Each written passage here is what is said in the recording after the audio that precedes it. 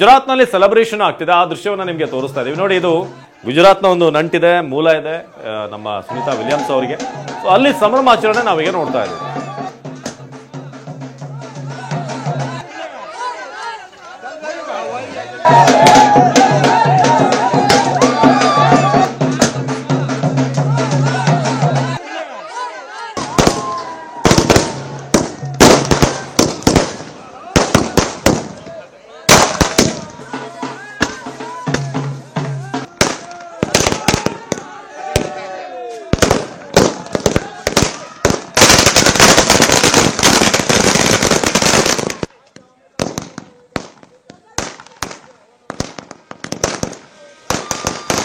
ಇಡೀ ಭಾರತ ಮಾತ್ರ ಅಲ್ಲ, ಇಡೀ ವಿಶ್ವವೇ ಕುತೂಹಲ ಹಾಗೆ ಪ್ರಾರ್ಥನೆಯೊಂದಿಗೆ ಕಾಯ್ತಾ ಇದ್ದಂಥ ಕ್ಷಣ ಇದು. ಆ ಒಂದು ಕ್ಷಣಕ್ಕೆ ತೆರೆ ಬಿದ್ದಿದೆ ಅಂತಲೇ ಹೇಳ್ಬೋದಾಗುತ್ತೆ. ಅದರಲ್ಲೂ ಕೂಡ ಭಾರತದಲ್ಲಿ ವಿಶೇಷವಾಗಿ ಹಲವಾರು ಕಡೆ ಪ್ರಾರ್ಥನೆಗಳನ್ನು ಕೂಡ ಸಲ್ಲಿಸಲಾಗಿತ್ತು.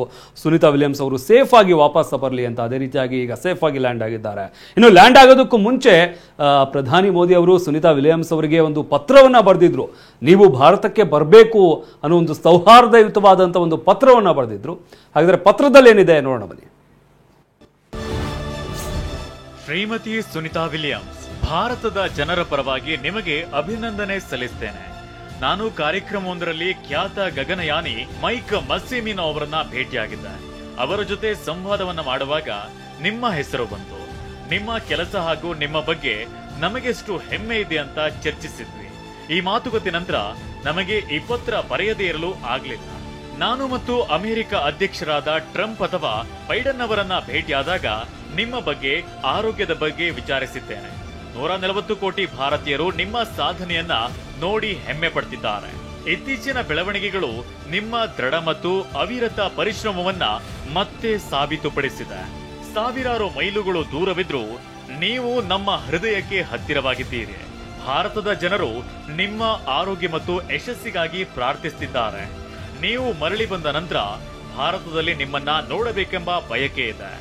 ಭಾರತದ ಪುತ್ರಿಯ ಸ್ವಾಗತಕ್ಕೆ ಭಾರತ ಸದಾ ಸಂತಸದಿಂದ ಕಾಯುತ್ತಿರುತ್ತೆ. ಇದು ಪ್ರಧಾನಿ ಮೋದಿ ಅವರು ತಮ್ಮ ಟ್ವೀಟ್ ಮೂಲಕ ತಿಳಿಸಿರುವಂತಹ ವಿಚಾರ. ಇದೀಗ ಗುಜರಾತ್ನ ಈ ಪುಟ್ಟ ಹಳ್ಳಿ ಕಾಯ್ತಿರೋದು ಮನೆ ಮಗಳು ಬರೋದಕ್ಕೆ. ಅಲ್ಲಿ ಸಿಡಿಮದ್ದುಗಳನ್ನು ಕೂಡ ಸಿಡಿಸಿ ಸಂಭ್ರಮಾಚರಣೆ ಪಡ್ತಿದ್ದಂಥ ದೃಶ್ಯವನ್ನು ನೋಡ್ತಾ ಇದ್ವಿ.